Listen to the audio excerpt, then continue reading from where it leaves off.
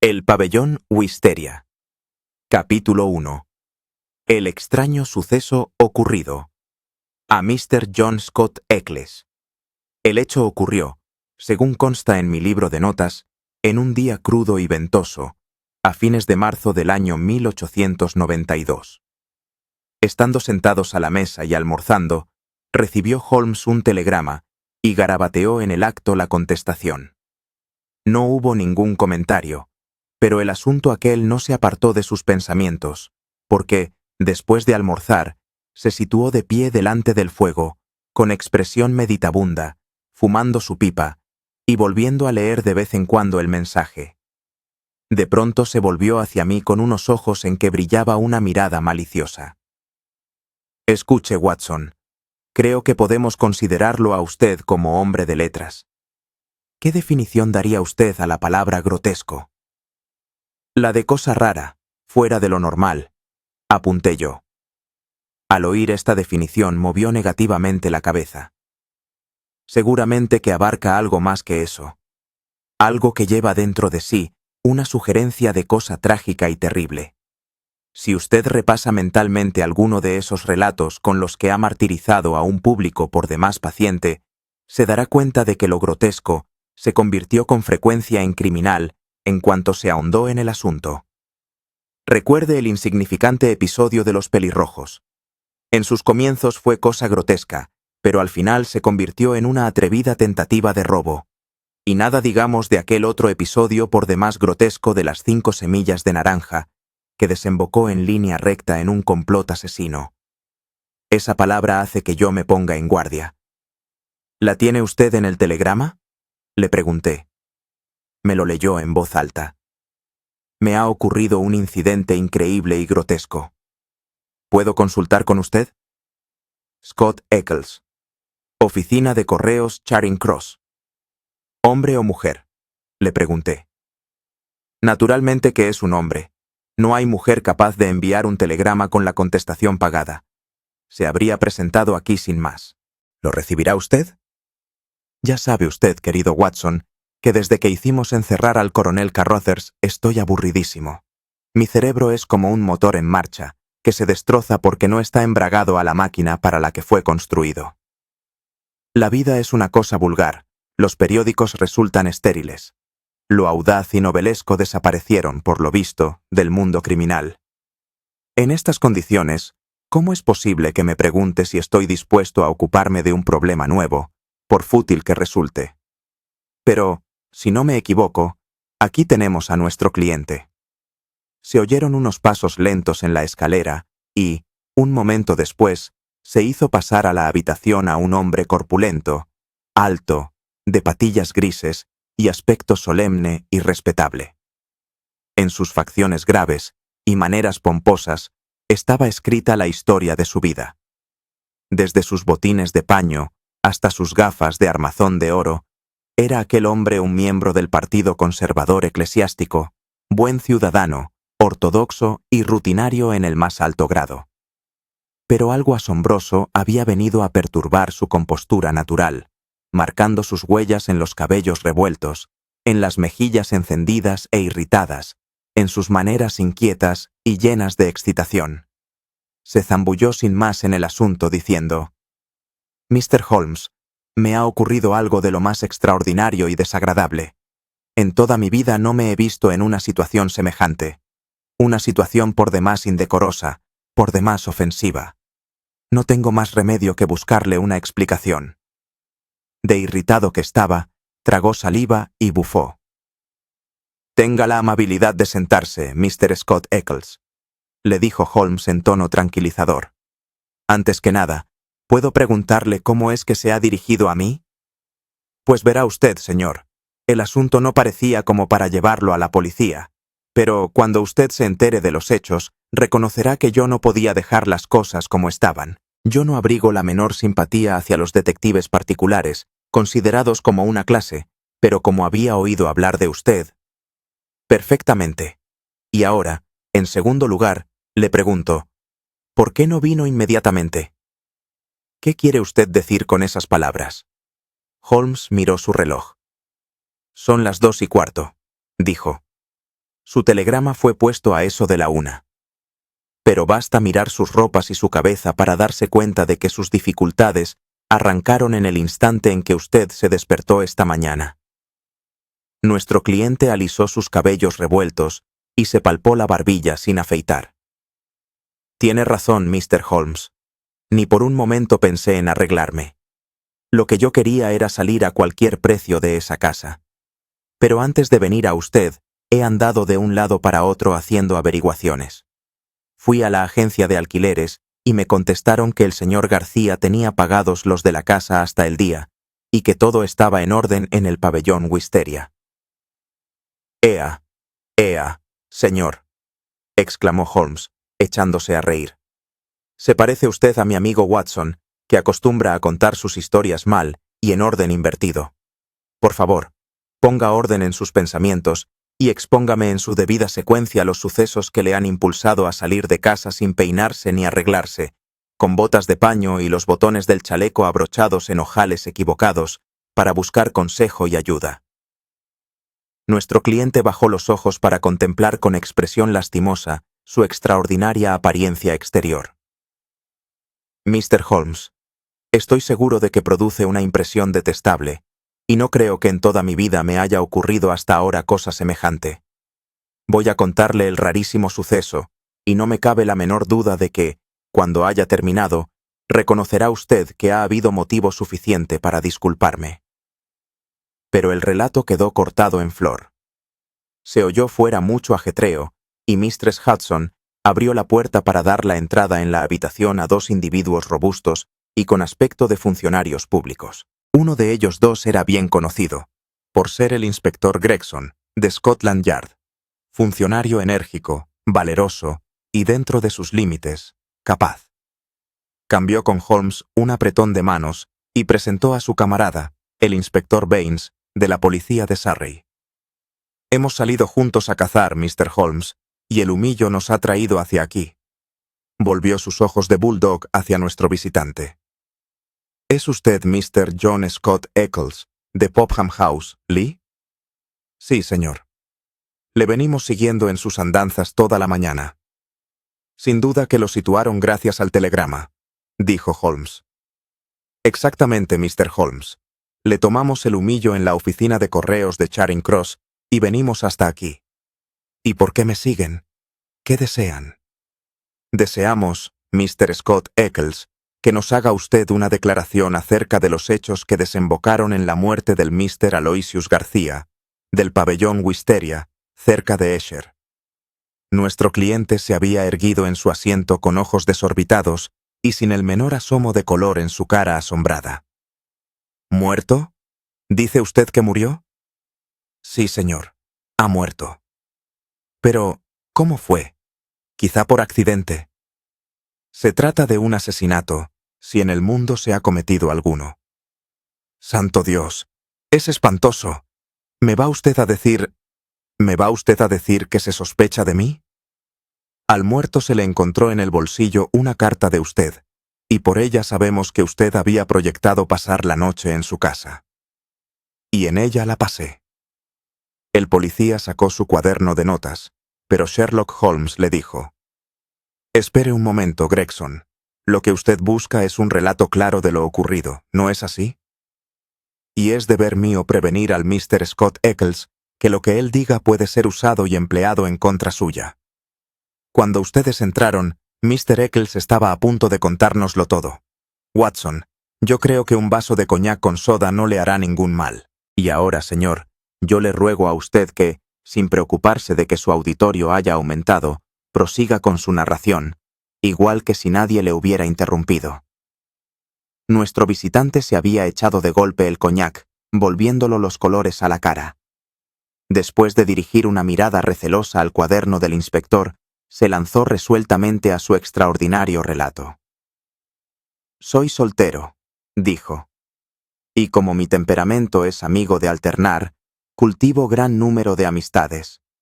Cuéntase entre estas las familias de un cervecero retirado que se apellida Malvilla y que vive en Albemarle Mansión, Kensington. En su mesa conocí hace algunas semanas a un señor joven apellidado García. Me informaron que era hijo de padres españoles y que tenía no sé qué cargo en la embajada.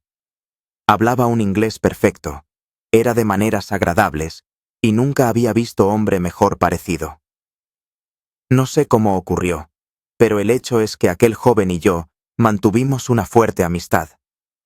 Pareció que desde el primer momento se aficionó a mí, y sin cumplirse los 2 días de habernos conocido, vino a visitarme allí. De una cosa pasamos a la otra, y él acabó por invitarme a pasar algunos días en su casa, el pabellón Wisteria, entre Esher y Oxshott. Para cumplir con el compromiso contraído, me dirigí ayer por la tarde a Esher. Me había descrito su casa antes de que yo fuese a ella. Residía con un criado fiel, un compatriota suyo, que atendía todas sus necesidades. Este individuo hablaba inglés y se encargaba de todos los menesteres de la casa. Tenía, además, un estupendo cocinero, según me dijo. Era un mestizo con el que se había hecho en uno de sus viajes, y que era capaz de preparar excelentes comidas. Recuerdo que él mismo comentó que para vivir en el corazón de Surrey formaba una extraña familia, opinión con la que yo me manifesté conforme, aunque estaba lejos de pensar todo lo extraña que era. Me llevó en coche hasta la casa, que se hallaba a cosa de 4 kilómetros de Esher por el lado sur. La casa es de regular capacidad y se alza retirada de la carretera, desde la que se llega a ella por una avenida bordeada de arbustos perennes. El edificio es viejo, destartalado y en ruinas. Cuando el coche se detuvo delante de la puerta, llena de manchas y ronchas del tiempo, tuve mis dudas sobre si hacía bien en visitar a un hombre al que solo conocía muy superficialmente. Sin embargo, él mismo fue quien abrió la puerta, recibiéndome con la más brillante cordialidad. Luego me puso en manos de su criado, individuo moreno y melancólico, que me llevó a mi dormitorio, encargándose de mi maleta. La atmósfera de toda la casa resultaba deprimente. Cenamos tête à tête, y aunque mi anfitrión hizo cuanto estuvo de su parte por mantener una conversación agradable, parecía como si sus pensamientos se le demandan constantemente, y hablaba de un modo tan vago y arrebatado que apenas si yo le comprendía. Tamborileaba constantemente con los dedos en la mesa, se mordisqueaba las uñas y daba otras señales de nerviosa impaciencia. La comida no fue ni bien servida ni estaba bien condimentada, y la sombría presencia del taciturno criado no contribuyó a alegrarla. Les aseguro a ustedes que anduve buscando muchas veces, en el transcurso de la velada, una excusa para regresar a Lee. Recuerdo en este momento otra cosa que quizá tenga importancia en relación con el asunto que ustedes dos, caballeros, están investigando. En aquel momento, yo no le atribuye ninguna importancia. Ya casi terminando la cena, el criado entregó una carta, y me fijé en que, después de leerla, mi anfitrión se mostró aún más distraído y raro que hasta entonces. Renunció ya a mantener ni siquiera una simulación de diálogo y permaneció en su silla, fumando incontables cigarrillos, ensimismado en sus propios pensamientos y sin hacer observación alguna acerca del texto de la carta. Me alegré cuando dieron las 11, de poder retirarme a descansar. Algo más tarde se asomó García a mirar al interior de mi habitación, que estaba ya a oscuras, y me preguntó si había llamado yo a la campanilla. Le dije que no. Entonces él se disculpó por haberme molestado a una hora tan tardía, diciendo que era cerca de la 1. Yo concilié el sueño acto seguido y dormí toda la noche profundamente. Y ahora llego a la parte asombrosa de mi historia. Cuando me desperté era pleno día. Miré mi reloj y eran cerca de las 9. Yo había insistido en que me despertaran a las 8, asombrándose mucho de aquel descuido. Salté de la cama y tiré de la campanilla para llamar al criado. Nadie contestó. Volví a llamar una y otra vez, siempre con idéntico resultado. Llegué entonces a la conclusión de que la campanilla estaba descompuesta. Me metí rápidamente en las ropas y me apresuré a bajar, muy malhumorado, para pedir agua caliente. Imagínese mi sorpresa al no encontrar a nadie en la casa. Llamé a gritos desde el vestíbulo. Nadie respondió. La noche anterior había indicado al dueño de la casa cuál era su dormitorio. Llamé, pues, a la puerta. La habitación estaba vacía y la cama no había sido tocada. También él se había marchado con los demás. El dueño extranjero, el lacayo extranjero, el cocinero extranjero, habían desaparecido durante la noche. Así terminó mi visita al pabellón Wisteria. Sherlock Holmes se frotaba las manos y borboteaba por lo bajo ante aquella ocasión de agregar tan extraño suceso a su colección de episodios extraordinarios. Y dijo al visitante: «Buscando en mis recuerdos, lo que a usted le ha ocurrido constituye un caso único. ¿Quiere decirme, señor, qué hizo usted entonces?» Estaba furioso. La primera idea que se me ocurrió fue la de que había sido víctima de una broma. Empaqué mis cosas, cerré con estrépito la puerta del vestíbulo al salir y marché en dirección a Esher, cargado con mi maleta. Fui a la oficina de Allan Brothers, los agentes de alquileres más importantes del pueblo, y me encontré con que eran ellos quienes habían dado la casa en arriendo. Se me ocurrió que todo aquel enredo no podía tener por único objeto burlarse de mí, y que seguramente lo que sobre todo buscaba el señor García era largarse sin pagar la renta. Marzo va muy avanzado, de manera que pronto habrá que pagar el trimestre. Pero esta suposición resultó equivocada. Los agentes me dieron las gracias por mi advertencia, pero me informaron que la renta había sido pagada por adelantado. En vista de eso, vine a Londres y me encaminé a la embajada española. Aquel hombre era conocido allí. Acto seguido me trasladé a ver a Melvilla, en cuya casa me habían presentado a García, encontrándome con que él sabía aún menos que yo.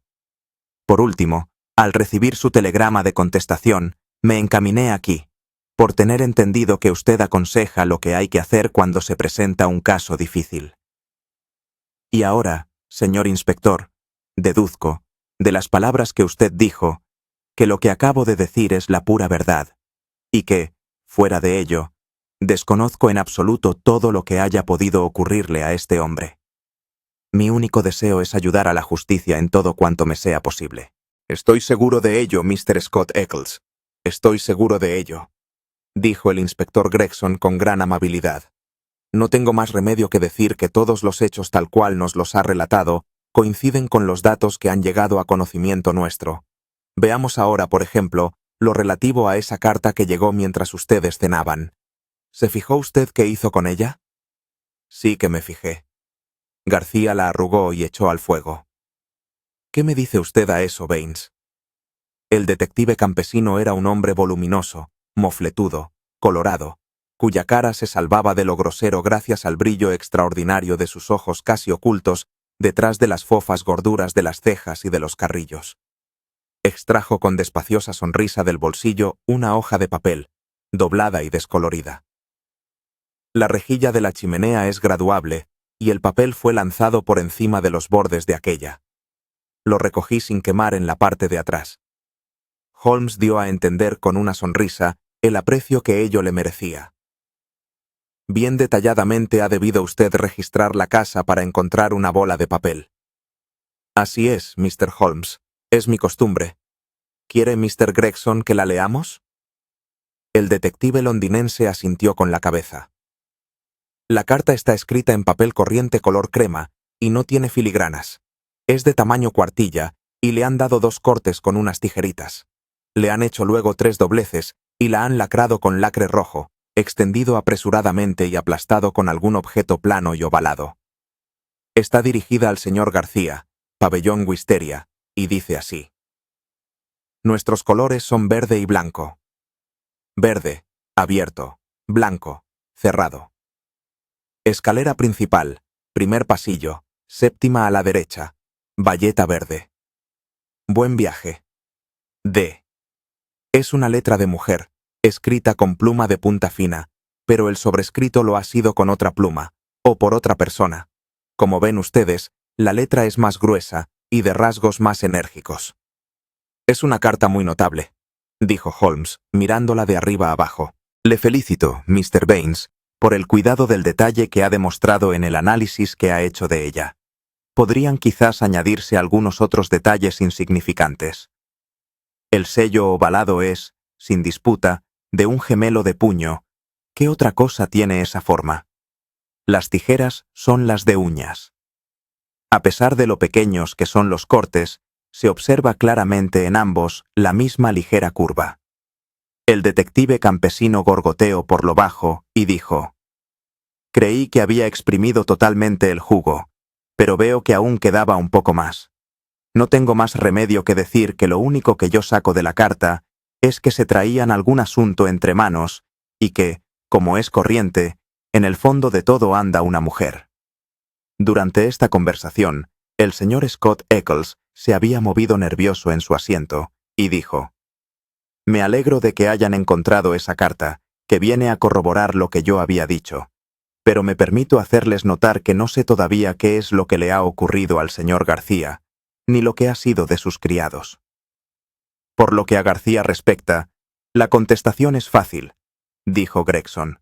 «Se le encontró esta mañana muerto en el parque comunal de Oxshott, a casi 2 kilómetros de distancia de su casa.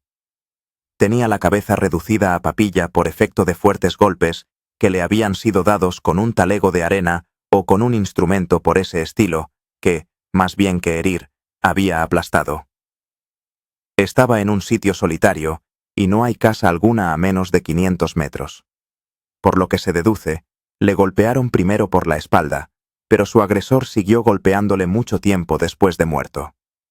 Fue una agresión furibunda. No se han descubierto huellas de pisadas ni pista alguna que lleve hacia los criminales. ¿Le han robado? No, no se advierte ninguna tentativa de robo. Eso es muy doloroso y terrible», exclamó Mr. Scott Eccles con voz quejumbrosa. «Pero la situación en que a mí me pone es muy difícil. Nada he tenido yo que ver en que mi huésped emprendiese una excursión nocturna y encontrase un final tan triste. ¿Cómo es que yo me veo metido en semejante asunto?»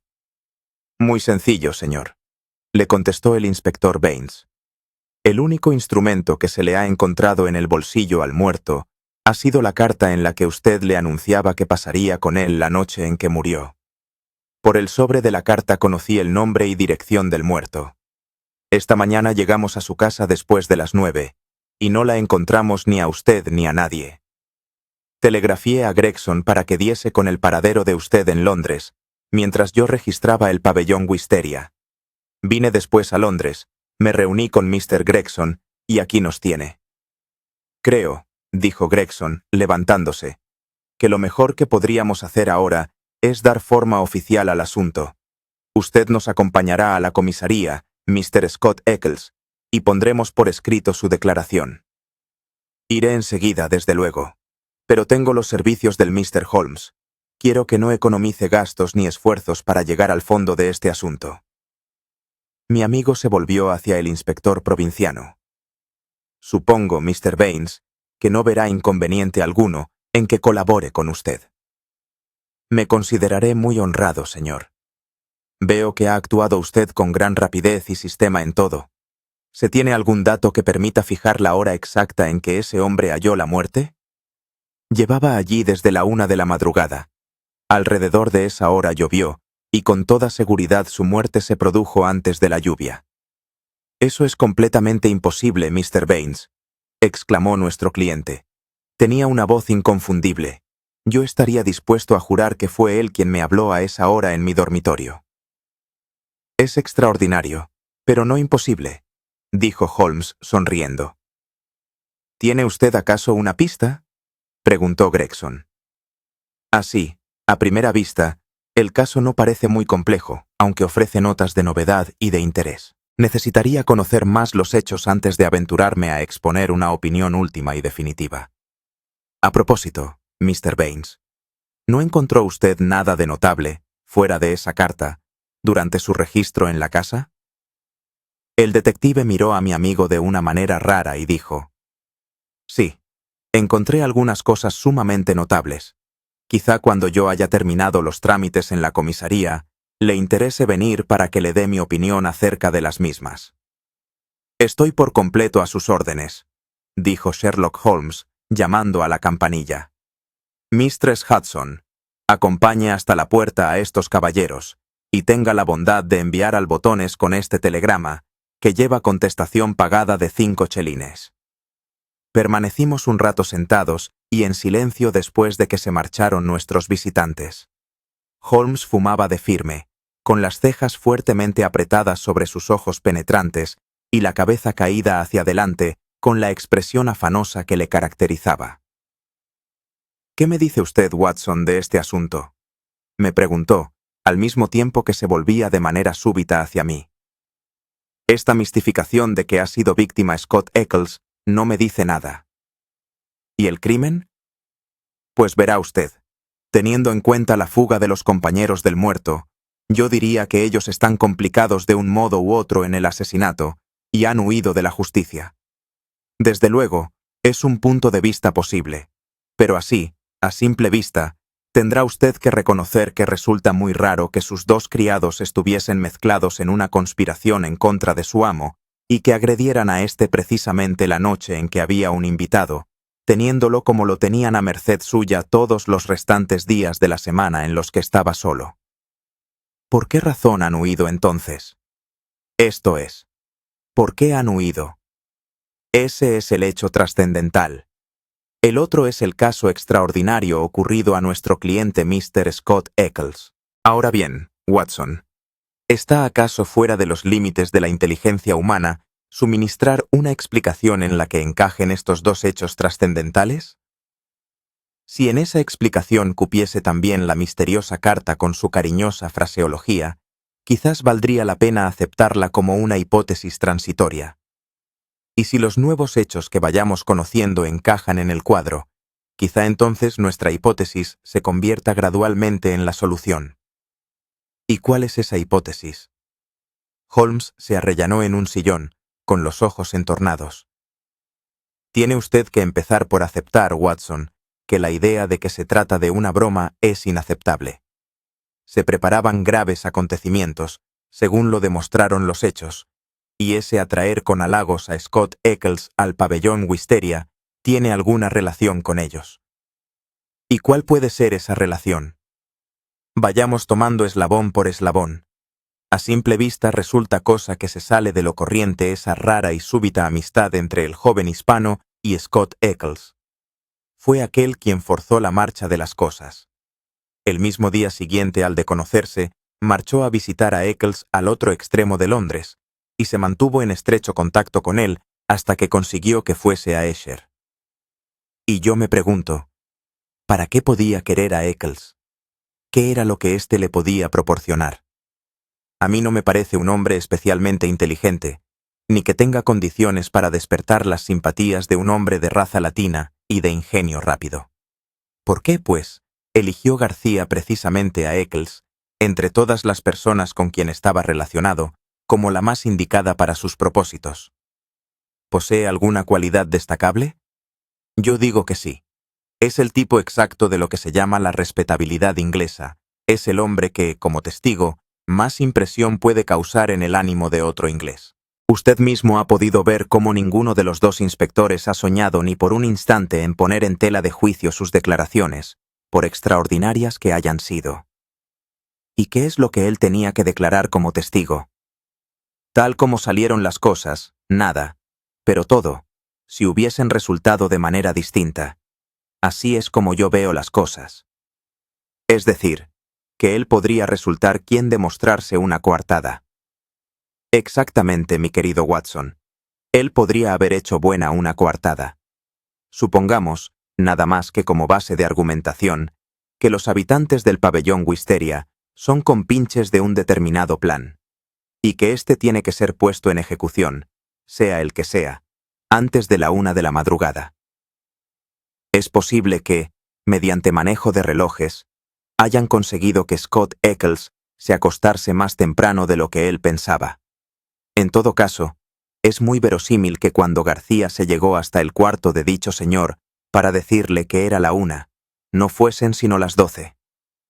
Suponiendo que García realizase lo que tenía que realizar y estuviese de vuelta para la hora mencionada, es evidente que disponía de un elemento muy fuerte de prueba contra cualquier acusación. Allí estaba aquel inglés irreprochable, dispuesto a jurar ante cualquier tribunal que el acusado no salió de su casa. Era ese un seguro contra lo peor que pudiera ocurrir. Sí, eso ya lo veo. Pero, ¿y qué me dice de la desaparición de los otros dos? Aún no tengo todos los hechos en la mano, pero no creo que haya dificultades insuperables. Sin embargo, es un error adelantarse en los juicios a los hechos, porque uno se deja llevar insensiblemente a retorcerse para acomodarlos a las teorías que se ha forjado. ¿Y la carta que recibió? ¿Recuerda su texto? Nuestros colores son verde y blanco. Esto suena a cosa de carrera de caballos. Verde, abierto, blanco, cerrado. Esto es evidentemente una señal. Escalera principal, primer pasillo, séptima a la derecha, bayeta verde. Esto es una cita. Quizás encontramos en el fondo de todo a un marido celoso. Se trataba en todo caso de una búsqueda peligrosa. De no haberlo sido, no habría escrito «Buen viaje» y la firma de «Esto debería servirnos de guía». El hombre era español. Me permito insinuar que D significa Dolores, que es un nombre de mujer bastante corriente en España. Muy bien dicho, Watson, muy bien dicho, pero completamente inadmisible. Una española que escribe a un español lo habría hecho en este idioma. Quien ha escrito esta carta es con absoluta certidumbre inglesa. Bueno, lo mejor será que nos revistamos de paciencia hasta que este magnífico inspector vuelva por aquí. Mientras nos ha salvado durante unas breves horas de la insoportable fatiga de no hacer nada. Antes que regresara nuestro inspector de Surrey, llegó la contestación al telegrama de Holmes. Este lo leyó, y ya se disponía a guardarlo en su cuaderno de notas, cuando se fijó en la expresión de expectativa que tenía mi cara. Me lo tiró, riéndose, y me dijo: «Nos moveremos entre gentes de gran altura». El telegrama no era otra cosa que una lista de nombres y direcciones. Lord Harringby, de Dingle, Sir George Folliot, Oxshott Towers, Mr. Hines, J.P. Purdy Place, Mr. James Baker Williams, Forton Old Hall, Mr. Henderson, High Gable, Reverendo Joshua Stone, Nether Walsling. Es una manera muy sencilla de limitar nuestro campo de operaciones, dijo Holmes. No me cabe duda de que Baines, con su manera metódica de discurrir, ha adoptado ya un plan semejante. No acabo de comprenderlo a usted.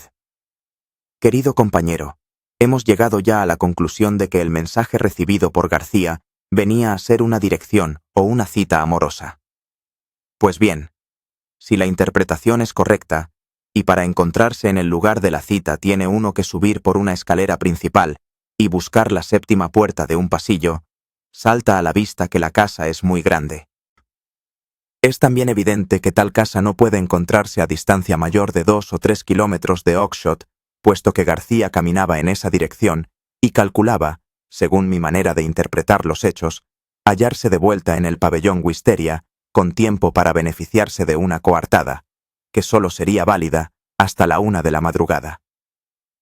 Como el número de casas espaciosas de las proximidades de Oxshott tiene que ser limitado, adopté el método que tenía a mano, es decir, envié un telegrama a los agentes de fincas mencionados por Scott Eccles y conseguí de ellos una lista. Son las que dice este telegrama de contestación, y entre ellas debe de encontrarse el otro extremo suelto de esta, nuestra enmarañada madeja. Eran ya cerca de las 6 para cuando estuvimos en la linda aldea de Esher, del condado de Surrey, acompañados por el inspector Baines. Holmes y yo llevábamos todo lo necesario para pasar allí una noche, y nos alojamos en el mesón El Toro. Por último, nos dirigimos con el detective a realizar nuestra visita al pabellón Wisteria. Era un atardecer frío y oscuro del mes de marzo. Un viento cortante y una fina lluvia golpeaban nuestras caras, dando ambiente a la inhóspita dehesa comunal, por la que cruzaba nuestro camino, y al final trágico, hacia el que nos conducía. Capítulo 2. El Tigre de San Pedro. Una caminata fría y melancólica, de un par de millas, nos llevó hasta una elevada puerta exterior de madera, por la que desembocamos en una lóbrega avenida de castaños. La avenida, sombría y formando curva, nos condujo hasta una casa baja y oscura que se proyectaba como una mancha de pez sobre el fondo del firmamento pizarroso. El brillo de una luz débil se filtraba por la ventana de la fachada, a la izquierda de la puerta. Baines dijo: «Hay un guardián al cuidado de la casa. Llamaré a la ventana». Cruzó la pradera y dio unos golpecitos en el cristal. A través del empañado cristal vi confusamente cómo un hombre que estaba sentado junto al fuego se ponía de pie en un salto, y oí el grito agudo que lanzaba dentro de la habitación. Un instante después nos abría la puerta el guardia de policía, demudado y jadeante. La luz de la vela se balanceaba en su trémula mano. Baines le preguntó con serenidad: «¿Qué le ocurre, Walters?». El hombre se enjugó con el pañuelo el sudor de la frente y dejó escapar un largo suspiro de alivio. «Me alegro de que haya venido usted, señor. Ha sido una vigilia muy prolongada, y creo que mis nervios no son lo que eran». «¿Sus nervios, Walters?». Jamás habría pensado que tuviera un solo nervio en su cuerpo. «Ha sido, señor, culpa de esta casa solitaria y silenciosa, y de esas cosas raras que hemos encontrado en la cocina. Y cuando usted golpeó en la ventana, pensé que volvía de nuevo». «¿Qué es lo que volvía de nuevo?». «Lo que fuese, que igual podía ser el demonio. Estaba en la ventana». «¿Qué es lo que estaba en la ventana, y cuándo ha sido eso?». «Hará cosa de 2 horas, cuando empezaba a oscurecer. Yo estaba sentado en la silla, leyendo. No sé qué impulso me dio de levantar la vista, pero el caso es que había una cara mirándome por el cristal más abajo. Válgame Dios. ¿Y qué cara? La veré en mis sueños». «Vaya, vaya, Walters. No es ese el mejor lenguaje para un agente de policía». «Lo sé, señor, lo sé, pero me estremeció. ¿A qué negarlo? No era negra ni blanca ni de ninguno de los colores que yo conozco, sino de una tonalidad rara de arcilla, con salpicaduras de leche. Y luego su tamaño. Era el doble que la de usted, señor. Y su aspecto, señor. Aquellos enormes ojazos saltones, y los dientes blancos, como los de una fiera. Le aseguro, señor, que no me fue posible mover un dedo, ni recobrar el aliento, hasta que se apartó y desapareció. Salí de la casa, me lancé por el arbustal, pero, gracias a Dios, no había nadie allí. Si yo no supiera, Walters, que es usted un hombre valiente, pondría una tacha negra junto a su nombre, por esto que dice. Ni aunque se trate del diablo en persona, debe un agente de policía que está de servicio dar nunca gracias a Dios por no haber podido echarle el guante a la persona a quien persigue. ¿No será todo ello una alucinación y un efecto de nervios? Eso, al menos, es cosa fácil de comprobar», dijo Holmes, encendiendo su pequeña linterna de bolsillo. Después de un rápido examen del campo de césped, nos informó. «En efecto, hay huellas de un pie que yo creo que debe ser del número 44. Si el resto del cuerpo era proporcionado a su pie, con seguridad se trata de un gigante». «¿Qué fue de él?». «Creo que se abrió paso por el arbustal y ganó la carretera». «Bien», dijo el inspector con expresión grave y pensativa. «Sea quien fuere, y quisiese lo que quisiere, se marchó ya, y tenemos otras cosas a las que atender de inmediato. Y ahora, Mr. Holmes, le mostraré la casa». Los diferentes dormitorios y salas no aportaron nada a una investigación cuidadosa. Por lo que se veía, los inquilinos habían traído poco o nada con ellos, y habían arrendado la casa completamente amueblada, hasta en sus menores detalles. Habían dejado una buena cantidad de ropa, con la etiqueta de Marks y Cia, High Holborn. Se habían hecho ya investigaciones por telégrafo, y por ellas se supo que Marks no poseía dato alguno respecto a su cliente, fuera de que era un buen pagador. Entre los objetos de propiedad personal había algunas chucherías, pipas, novelas, 2 de ellas en español, un anticuado revólver de percusión por aguja y una guitarra. «De todo esto no se saca nada», dijo Baines, caminando de habitación en habitación con la vela en la mano. Pero ahora, Mr. Holmes, le invito a fijar su atención en la cocina. Era una habitación lóbrega, de elevado cielo raso, situada en la parte posterior de la casa, con una yacija de paja en un rincón, que servía aparentemente de cama al cocinero. La mesa estaba cubierta de platos y de fuentes con los restos de la cena de la noche anterior. «Fíjese en esto», dijo Baines. «¿Qué saca usted en consecuencia?» Sostuvo la vela, alumbrando un objeto rarísimo que se apoyaba en la parte posterior del trinchante. Se hallaba tan arrugado, encogido y marchito, que resultaba imposible decir qué pudo haber sido aquello. Por un lado era negro y correoso, teniendo cierto parecido con una figura humana. Al examinarla, creí en un principio que se trataba de algún bebé negro, momificado, y luego lo tomé por un mono muy antiguo y retorcido. Finalmente quedé en duda de si aquello era un animal o un ser humano. Tenía ceñida la cintura por una franja doble de conchas blancas. «Cosa interesante, interesantísima», exclamó Holmes, contemplando aquellos restos siniestros. «¿Hay algo más?» Baines nos llevó sin decir palabra hasta el fregadero y adelantó la vela para iluminarla con su luz. Todo él estaba cubierto con los miembros y cuerpo de un ave corpulenta y blanca, despedazada de una manera salvaje y sin desplumar. Holmes señaló con el dedo las barbillas de la cabeza cortada del tronco y dijo: «Es un gallo blanco. Por demás interesante. Estamos ante un caso curiosísimo». Pero el Mr. Baines había reservado para el final la más siniestra de sus exhibiciones. Sacó de debajo del fregadero un cubo de zinc que contenía cierta cantidad de sangre y, acto seguido, retiró de la mesa una fuente, en la que había un montón de trocitos de huesos chamuscados. «Aquí se ha matado a un ser y lo incineraron. Todos estos huesos los entresacados del hogar.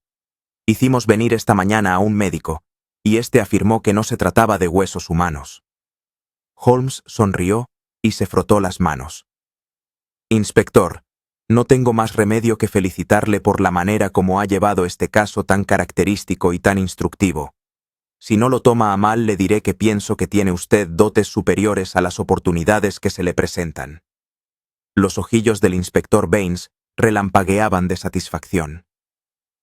«Tiene usted razón, Mr. Holmes.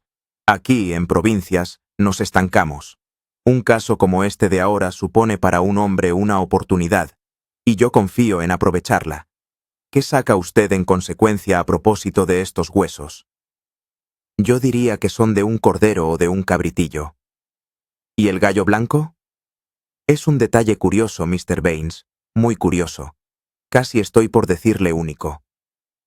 «En efecto, señor, en esta casa ha debido de vivir gente muy extraña y de costumbres muy extrañas también. Una de esas personas a que me refiero ha muerto». ¿Serían acaso sus compañeros los que le siguieron y lo mataron? Si es obra suya, estoy seguro de que les echaremos el guante, porque están vigilados todos los puertos de embarque.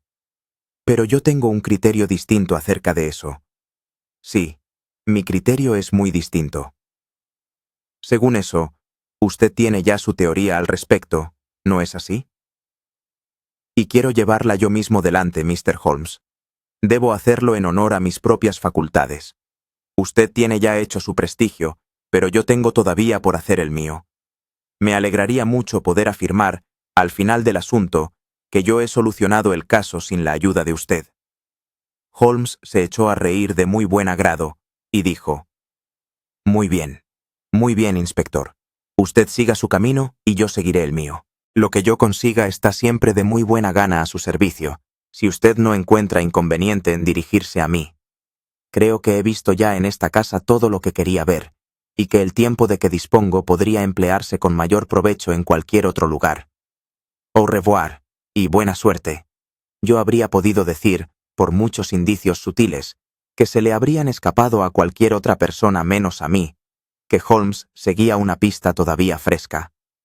A pesar de que un observador casual lo habría encontrado tan impasible como siempre, brotaban de sus ojos encendidos y de sus maneras más briosas un anhelo apagado y una sugerencia de energía en tensión, que a mí me dieron la seguridad de que la pieza de caza no estaba lejos.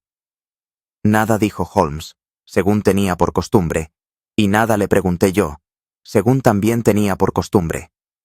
Bastábale con participar en la partida de caza y en aportar mi humilde ayuda para la captura, sin distraer con interrupciones innecesarias la atención de aquel cerebro reconcentrado.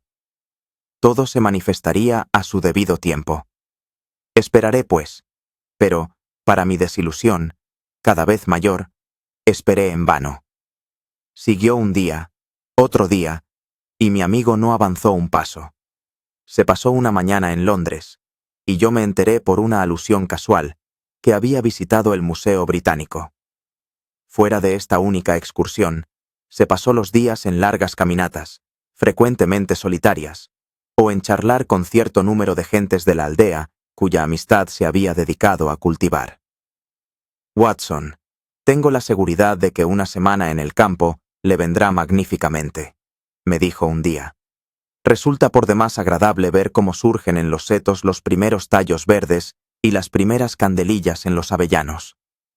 Con una escarda, una caja de hojalata y un libro elemental sobre botánica, pueden invertirse días muy instructivos. Él mismo vagaba de un lado para otro cargado con ese equipo, pero el surtido de plantas que traía cada noche era muy escaso. De vez en cuando tropezamos en nuestras andanzas con el inspector Baines. La cara gordinflona y colorada de éste se retorcía de sonrisas y sus ojillos brillaban al saludar a mi compañero. Poco era lo que hablaba acerca del caso, pero de ese poco sacamos en consecuencia que tampoco él se hallaba insatisfecho del curso que llevaban los acontecimientos.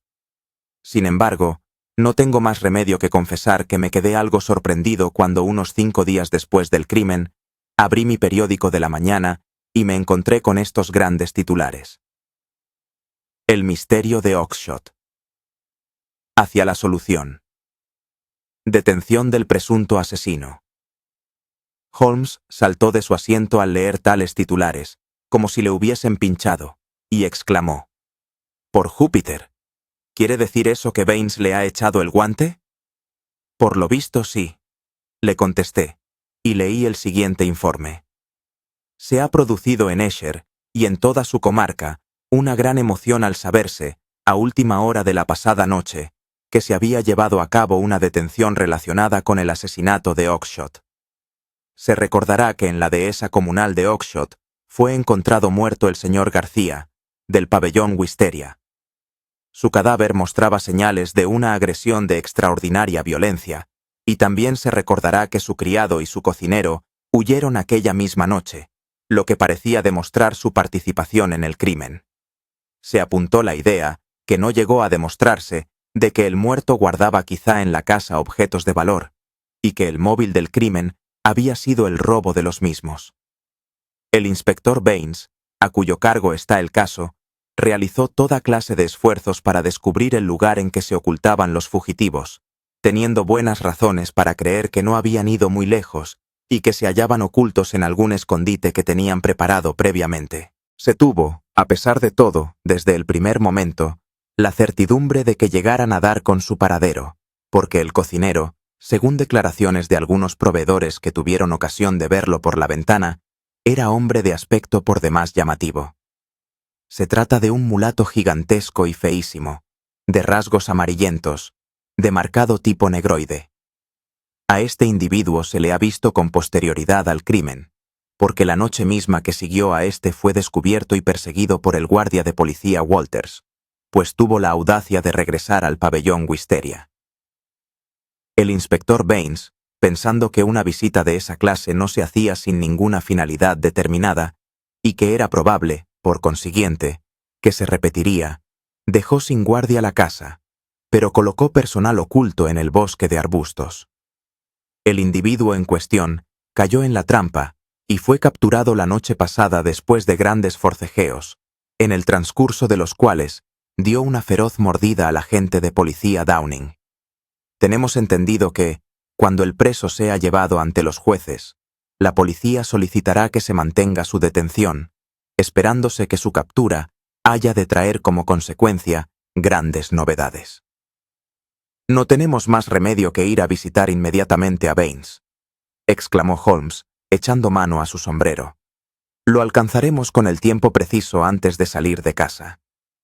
Cruzamos a toda prisa la calle de la aldea y, tal cual esperábamos, encontramos al inspector cuando salía de sus habitaciones. ¿Ha leído usted el periódico, Mr. Holmes?, preguntó, alejándonos un ejemplar del mismo. Sí, lo he leído, Mr. Baines. Le ruego que no tome a mal el que le ponga a usted amistosamente en guardia. ¿En guardia? ¿Contra qué, Mr. Holmes? He estudiado este caso con especial atención, y no estoy convencido de que la dirección que usted sigue sea la verdadera. No me agradaría que usted se lanzara demasiado adelante por ese camino, a menos que tenga una completa seguridad. Es usted muy amable, Mr. Holmes. Le aseguro que hablo mirando por usted. Creí advertir en uno de los ojillos del Mr. Baines un temblor que parecía a un guiño. Mr. Holmes, habíamos convenido en que cada cual llevase el asunto siguiendo sus propias directrices, y eso es lo que yo estoy haciendo. Pues entonces, no digo nada, contestó Holmes. No lo tome a mal. De ninguna manera, señor. Yo creo que usted mira por mi bien. Pero todos nosotros tenemos nuestros modos de trabajar propios, Mr. Holmes. Usted tiene los suyos, y quizá yo tenga también los míos. Ni una palabra más. De todos modos, voy a darle a usted con mucho gusto los datos que poseo. El individuo en cuestión es un completo salvaje, tan fuerte como un caballo percherón, y tan agresivo como un demonio. Casi le arrancó el pulgar a Downing de un mordisco, antes que pudiera ser dominado. Apenas si habla algunas palabras en inglés, y solo hemos conseguido que nos conteste con gruñidos. ¿Y usted cree tener pruebas de que él asesinó a su amo? Yo no he dicho eso, Mr. Holmes. Yo no he dicho eso. Todos tenemos nuestros pequeños trucos. Pruebe usted con los suyos, y yo probaré con los míos. Ese es nuestro convenio. Mientras Holmes y yo nos alejábamos, éste se encogió de hombros, y dijo: «No puedo conseguir que ese hombre se me confiese. Me da la impresión de que cabalga de una manera que va a sufrir una caída. Pero bueno, y como él dice, cada uno de nosotros debe proceder a su manera, y ya veremos lo que resulta». Sin embargo, observó algo en el inspector Baines que no acabo de comprender por completo. Una vez que estuvimos de vuelta en nuestra habitación de El Toro, me dijo Sherlock Holmes: «Watson, haga el favor de sentarse en esa silla, porque voy a ponerle al tanto de la situación, pues bien pudiera ser que esta noche tuviese yo necesidad de su ayuda. Voy a explicar la evolución que ha experimentado este caso hasta donde yo he sido capaz de seguirlo. En sus rasgos fundamentales ha sido sencillo, pero, a pesar de ello, ha ofrecido extraordinarias dificultades para poder realizar una detención. En ese aspecto, hay todavía huecos que necesitaré llenar. Volvamos a la carta que le fue entregada a García la noche misma de su muerte. Podemos descartar la idea que tiene Baines de que los criados de García participaron en el hecho. La prueba en ello la tenemos en que quien se las había ingeniado para que Scott Eccles se hallase presente aquella noche en la casa fue el mismo García, y ya sabemos que ese acto suyo no podía tener otra finalidad que la de preparar una coartada. Era, pues, García quien meditaba una empresa que era por lo visto criminal, porque solo quien medita un crimen trata de establecer una coartada. ¿Quién es, pues, la persona que con mayor probabilidad le quitó la vida? No cabe duda de que esa persona es la misma contra la cual iba dirigida la empresa criminal. Hasta aquí creo yo que avanzamos por terreno firme. Nos encontramos, pues, con una razón que explica la desaparición de los criados de García. Todos ellos estaban compinchados para cometer algún crimen que nosotros desconocemos. Si ese crimen se realizará, García regresaría a casa, quedaría cubierto contra toda sospecha por la declaración del caballero inglés, y no habría pasado nada. Pero lo que premeditan debía de ser empresa peligrosa, y si García no regresaba a casa a una hora determinada, era probable que hubiese perdido la vida él mismo. Por consiguiente, habían quedado convencidos en que, si tal cosa ocurría, sus dos subordinados huirían a algún lugar previamente convenido para librarse de allí de las pesquisas y estar en situación de renovar más adelante la tentativa. ¿No es cierto que esta hipótesis explica todos los hechos ocurridos? Tuve la sensación de que la inexplicable maraña se desenredaba ante mis ojos. Y, como siempre me ocurría, me pregunté cómo no había visto antes una cosa evidente. Pero, ¿por qué razón había de regresar uno solo de los servidores? Podemos suponer que, en la confusión de la fuga, se habían olvidado algo de mucho valor, de algo de lo que no se resignaban a desprenderse. Eso explicaría su insistencia en regresar, ¿no es cierto? Bien, ¿y cuál es el próximo paso? El paso que viene a continuación es la carta recibida por García durante la cena. Ella descubre la existencia de otro compinche en el extremo contrario. Pero, ¿dónde se encuentra el extremo contrario? Ya le he dicho que ese extremo solo podía encontrarse en alguna casa muy espaciosa, y que el número de casas de esa categoría que hay en el contorno es muy escaso. Los primeros días que pasé en esta aldea los consagré a una serie de caminatas, y durante estas, en los intervalos de mis pesquisas botánicas, llevé a cabo un reconocimiento de todas las casas grandes y un examen de la historia familiar de sus ocupantes. Solo una de las casas reclamó mi atención. Esa casa fue la conocida granja de estilo jacobino de High Gable, situada a 2 kilómetros de distancia del extremo más lejano a Oxshott y a menos de 1 kilómetro del escenario de la tragedia. Las demás casonas pertenecen a gentes prosaicas y respetables, que viven muy lejos de todo lo novelesco. En cambio, Mr. Henderson, de High Gable, resultó desde todo punto de vista un hombre raro al que bien podían ocurrirle aventuras raras. Concentraré, pues, mi atención en él y en su casa.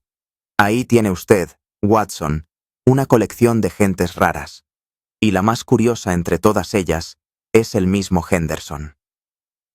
Me las compuse para visitarle con un pretexto razonable, pero me pareció leer en sus ojos negros, profundos y meditadores, que él sabía perfectamente cuál era mi verdadera finalidad. Es hombre de 50 años, y aires de emperador, es decir, un hombre impetuoso, dominador, que oculta un temperamento al rojo vivo, detrás de su cara apergaminada.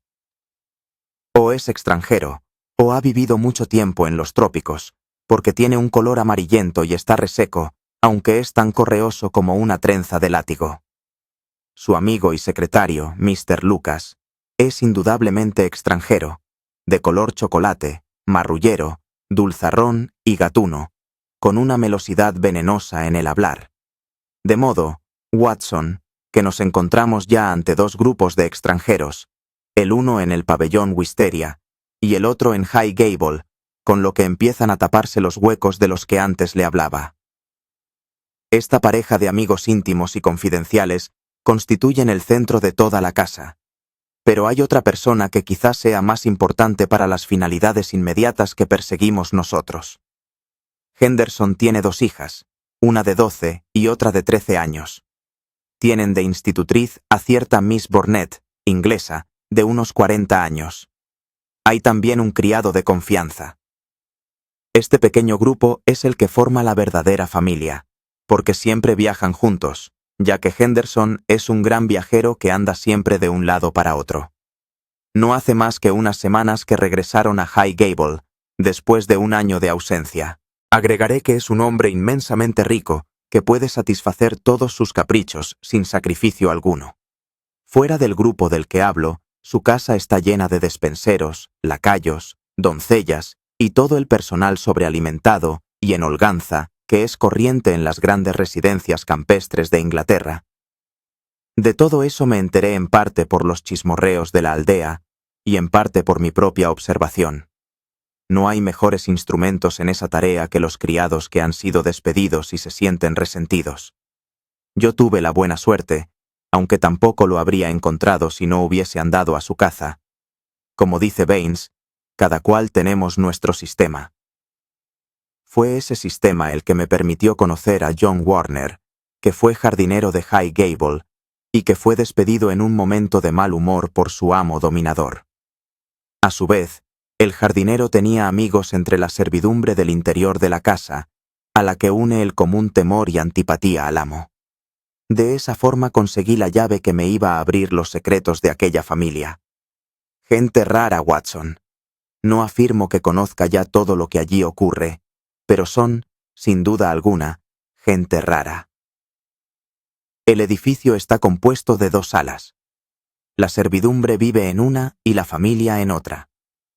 Entre una ala y otra no existe más ligazón que el criado de confianza de Henderson, que sirve de comer a la familia. Todo se lleva hasta una determinada puerta, que conecta las 2 salas. La institutriz y las niñas apenas salen, como si no sea al jardín. Jamás, ni por casualidad, Henderson se pasea solo. Su moreno secretario es como su sombra. Entre la servidumbre se rumorea que su amo tiene un miedo terrible de algo.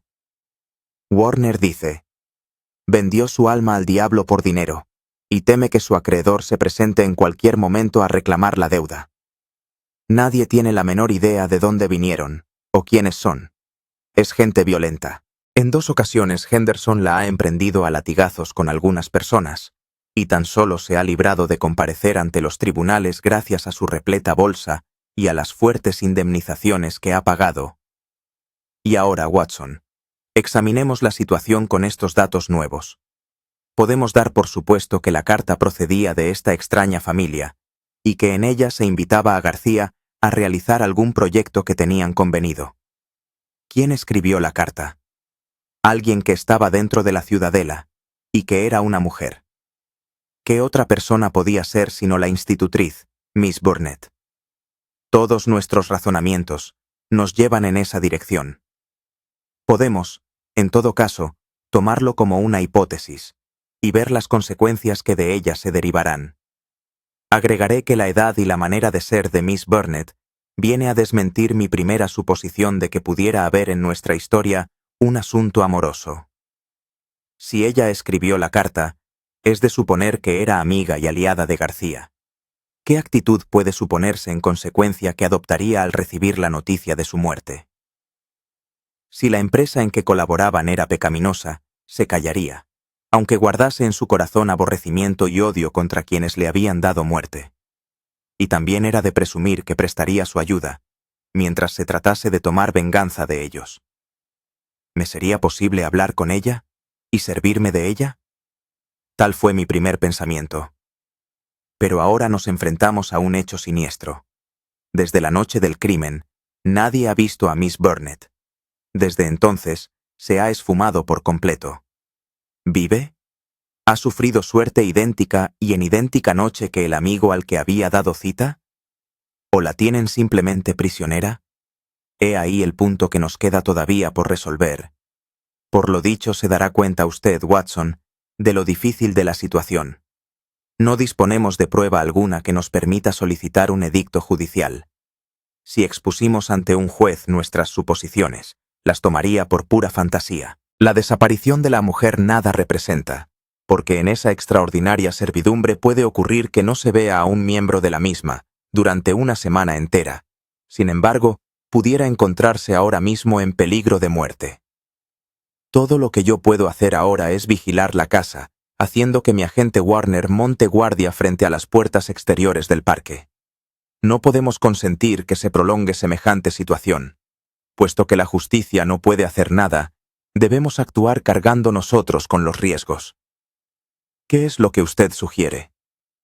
Conozco la habitación de esa mujer. Se puede llegar hasta ella por el tejado de una de las dependencias accesorias. Sugiero, pues, que usted y yo vayamos allí esta noche para ver si damos en el corazón mismo del misterio. La perspectiva, no tengo más remedio que reconocerlo, no era muy atrayente.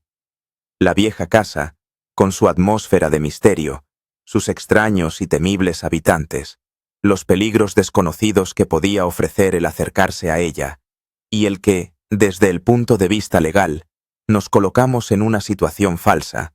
Todo, en fin, se combinaba para dar un apagón a mi entusiasmo. Pero la frialdad de témpano que Holmes ponía en sus razonamientos tenía algo que hacía imposible echarse atrás cuando él recomendaba alguna aventura. Le daba a uno el convencimiento de que así, y sólo así, era posible llegar a la solución. Estreché su mano en silencio. Los dados estaban echados. Pero no quiso el destino que nuestra investigación tuviese un final aventurero. Eran las 5 de la tarde, y ya empezaban a descender las sombras de marzo, cuando se precipitó dentro de nuestra habitación un excitado campesino. Se fueron, Mr. Holmes. Marcharon por el último tren. La señora se escapó y yo la tengo recogida abajo, en un coche. «¡Magnífico, Warner!», exclamó Holmes, poniéndose en pie de un salto. «Watson, esos huecos se van llenando rápidamente». Dentro del coche encontramos una mujer, medio desmayada por efecto del agotamiento nervioso. En los rasgos de su cara aguileña y enflaquecida mostraba las huellas de alguna tragedia reciente. Colgábale la cabeza inexpresiva sobre el pecho, pero cuando la levantó y fijó en nosotros sus ojos apagados, vi que sus pupilas formaban 2 puntitos negros en el centro del ancho iris grisáceo. La habían narcotizado con opio. Nuestro emisario, es decir, el jardinero despedido, nos dijo: «Yo estaba de vigilancia en la puerta exterior, tal como usted me lo tenía ordenado, Mr. Holmes. Cuando salieron en coche, yo les seguí hasta la estación. Esta mujer caminaba como sonámbula, pero cuando intentaron meterla en el tren, volvió a la vida y se opuso forcejeando. La metieron de un empujón dentro del vagón, pero ella salió otra vez a viva fuerza. Yo entonces me puse de su parte, la metí en un coche, y aquí estamos. No olvidaré jamás la cara que me miró desde la ventanilla del vagón cuando yo me la llevaba. Poco tiempo me quedaría de vida, si aquel demonio amarillento, de ojos negros y expresión rabiosa, pudiera cumplir sus deseos». Subimos a la mujer a nuestro cuarto, la acostamos en el sofá, y un par de tazas del café más fuerte que pudimos preparar bastaron para despejar su cerebro de las brumas de la droga. Holmes había enviado a buscar a Baines y explicó rápidamente a éste la situación. «Señor mío, usted me ha proporcionado la prueba misma que yo andaba buscando», dijo el inspector, estrechando calurosamente la mano de mi amigo. «Desde el primer momento seguía yo la misma pista que usted». «¿Cómo? ¿Que también usted andaba detrás de Henderson?»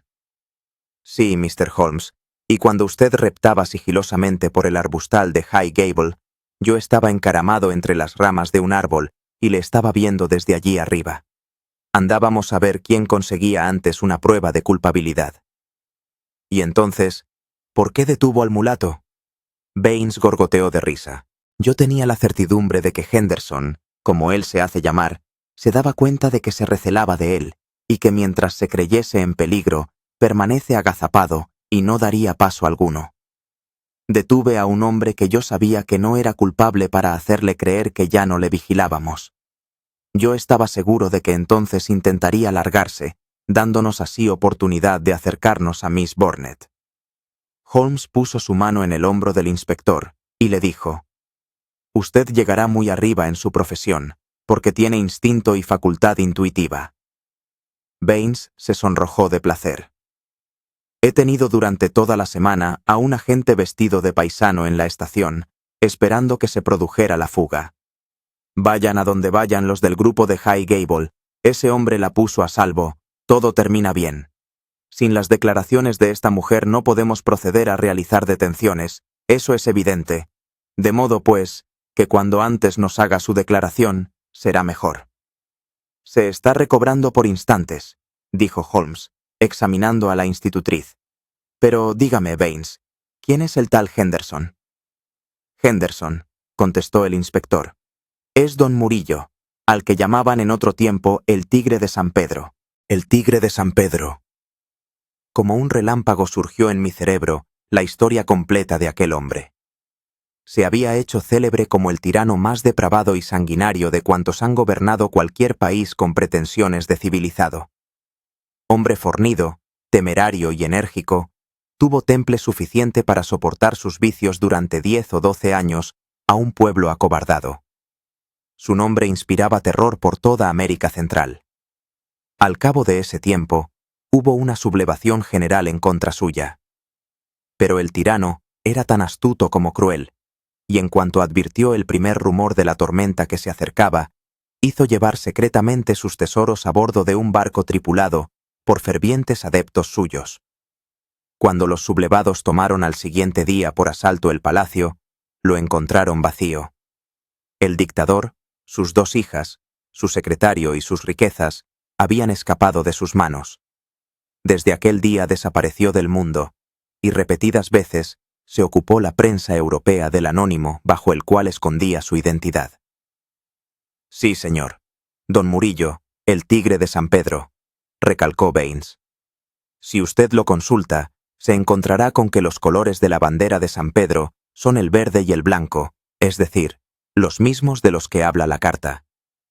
Ese hombre se hace llamar Henderson, pero yo pude remontarme en sus andanzas hasta París, Roma, Madrid, Barcelona, en cuyo puerto entró su barco el año 86.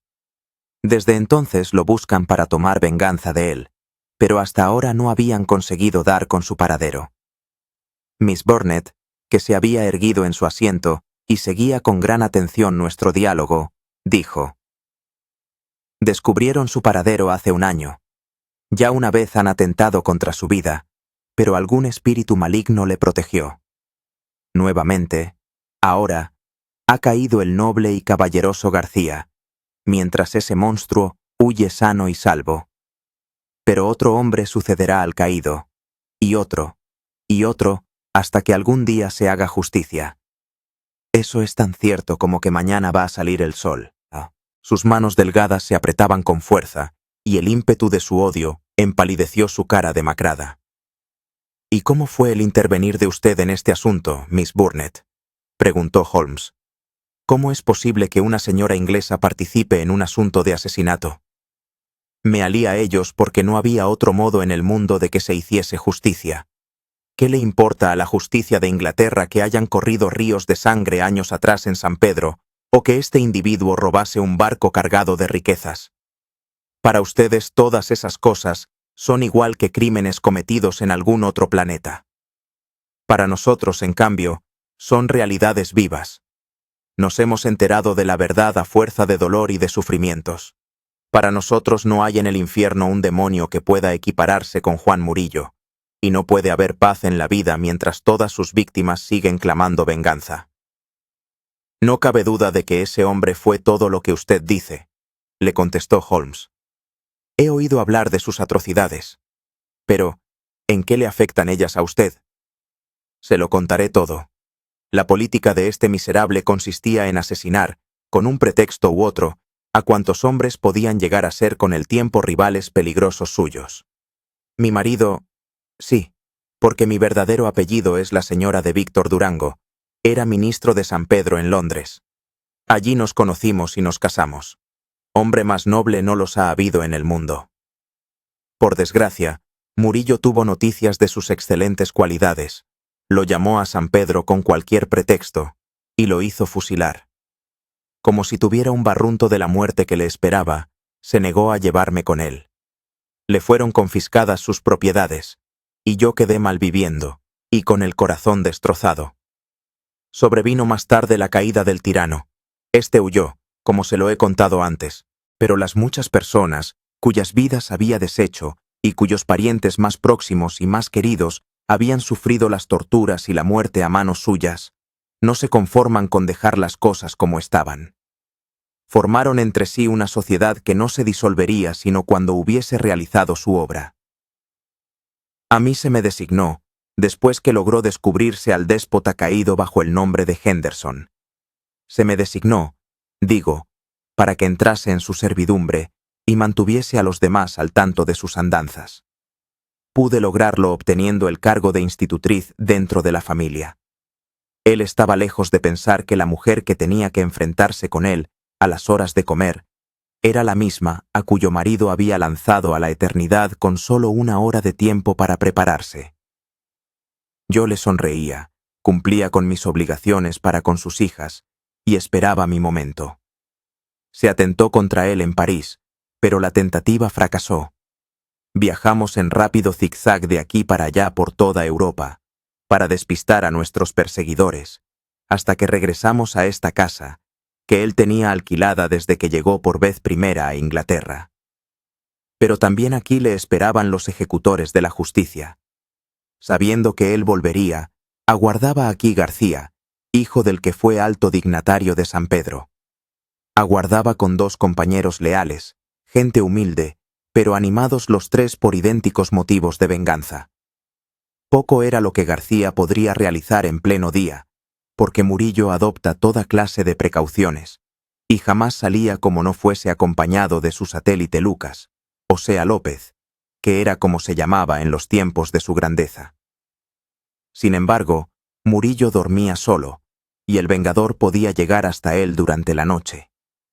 Una tarde, fijada de antemano, envié a mi amigo las instrucciones finales, porque Murillo vivía siempre alerta y cambiaba constantemente de habitación. Yo me cuidaría de que las puertas estuviesen abiertas. Una luz verde o blanca, en una ventana que caía frente al paseo de entrada, le advertirá si todo estaba en regla o si era preciso postergar la empresa. Pero todo se nos torció. Yo no sé cómo, pero lo cierto es que había despertado los recelos de López, el secretario. Cuando yo acababa de escribir la carta, se me acercó furtivamente por detrás y saltó sobre mí. Él y su amo me llevaron a rastras a mi habitación y me sentenciaron como reo convicto de traición. En aquel mismo instante me habrían clavado sus cuchillos, si hubiesen visto la manera de salvarme de las consecuencias de su crimen. Por último, y después de un largo debate, llegaron a la conclusión de que asesinarme resultaba demasiado peligroso, pero decidieron desembarazarse para siempre de García. Me amordazaron, y Murillo me retorció el brazo hasta arrancarme la dirección de aquel. Juro que, de haber sabido yo lo que proyectaba contra García, me lo habría dejado arrancar antes de hacer lo que hice. López escribió el sobre para la carta que yo había escrito, lo lacró sellándolo con un gemelo de su camisa, y envió la carta por mano de su criado José. Ignoro de qué modo lo asesinaron, salvo que fue la mano de Murillo la que descargó el golpe que lo derribó, porque López había quedado aquí manteniéndome bajo guardia. Me imagino que le esperaron entre los matorrales de aliagas que bordean el camino y que le golpearon cuando él pasaba. Al principio tuvieron el propósito de dejarle entrar en la casa, para matarlo como a un vulgar ladrón sorprendido infraganti, pero se dijeron que si se veían mezclados en una investigación policíaca, se descubriría públicamente su verdadera personalidad y se expondrán con ello a nuevas agresiones. Quizá la persecución cesase con la muerte de García, que asustaría a los demás, haciéndoles renunciar a su empeño. Todo les habría ido bien, si yo no hubiese sabido lo que ellos habían hecho. Estoy segura de que hubo momentos en que mi vida estuvo en el fiel de la balanza. Fui confinada dentro de mi habitación, me aterrorizaron con las amenazas más horribles, me maltrataron de una manera cruel para quebrantar mi espíritu. Miren este corte en mi hombro y los magullamientos que tengo en los brazos. Y en una ocasión en que yo traté de pedir socorro desde la ventana, me amordazaron. Este cruel encarcelamiento se prolongó durante 5 días, durante los cuales me dieron el alimento estrictamente preciso para mantener mi vida. Esta tarde me sirvieron un buen almuerzo, pero en cuanto lo comí, me di cuenta de que me habían suministrado una droga. Recuerdo como en sueños que medio me condujeron, medio me transportaron, al coche. En ese mismo estado de inconsciencia, me trasladaron al tren. Solo entonces, casi cuando ya empezaban a moverse las ruedas, me di cuenta de que mi libertad estaba en mis propias manos. Salté fuera, ellos intentaron arrastrarme, y de no haber sido por la ayuda de este buen hombre que me llevó hasta el coche, no habría conseguido huir de ellos. Ahora, gracias a Dios, estoy ya siempre fuera de sus manos. Todos habíamos escuchado con la mayor atención este extraordinario relato, y fue Holmes quien rompió el silencio moviendo la cabeza y diciendo: «Todavía no hemos vencido las dificultades que se nos presentaban. Nuestra labor policíaca termina, pero ahora empieza nuestra labor justiciera». «Exactamente», le contesté yo. Un abogado inteligente podría presentar el caso como acto de legítima defensa. Quizá esos hombres tienen sobre sus espaldas un centenar de crímenes, pero solo pueden ser juzgados por este de ahora. Vamos, vamos, dijo Baines alegremente. Yo tengo una idea mejor que esa de la justicia. La legítima defensa es una cosa, y atraer a un hombre con engaños es otra muy diferente. Aunque vieron en ese hombre un peligro para ellos. No y no. Cuando veamos en la próxima sesión de lo criminal ante el jurado de Guilford, a los inquilinos de High Gable, veremos todos nosotros justificada nuestra acción. Sin embargo, es cosa del dominio de la historia el que tuvo que pasar todavía algún tiempo antes que el tigre de San Pedro recibiera su merecido. Astutos y audaces, él y su acompañante despistaron a su perseguidor de ahora, penetrando en una casa de huéspedes de Edmonton Street y saliendo por una puerta trasera que daba a Curzon Square. Desde ese día ya no se les volvió a ver en Inglaterra. Pero 6 meses después fueron asesinados el señor Marqués de Montalva y el señor Rulli, secretario suyo, en sus habitaciones del Hotel Escorial, de Madrid. El crimen se atribuyó a los nihilistas y no se logró detener a los asesinos. El inspector Baines vino de visita a Baker Street con una descripción impresa de la morena cara del secretario y de las facciones dominadoras, los ojos magnéticos y las cejas tupidas de su señor. No pudimos dudar de que se había hecho justicia, a pesar de que ésta se hubiese retrasado. «Ha sido un caso caótico, mi querido Watson», dijo Holmes, mientras fumaba la pipa de la velada. «No le será posible a usted presentarlo de la forma apretada por la que siente tanto cariño. Abarca 2 continentes, se relaciona con 2 grupos distintos de personas misteriosas, y se complica aún más con la presencia altamente respetable de nuestro amigo Scott Eccles, cuya inclusión me demuestra que el difunto García era hombre de cerebro calculador y que tenía bien desarrollado el instinto de su propia conservación. Lo único notable del caso es que, entre una completa maraña de posibilidades, nosotros y nuestro digno colaborador, el inspector Baines, supimos mantenernos pegados a las líneas esenciales.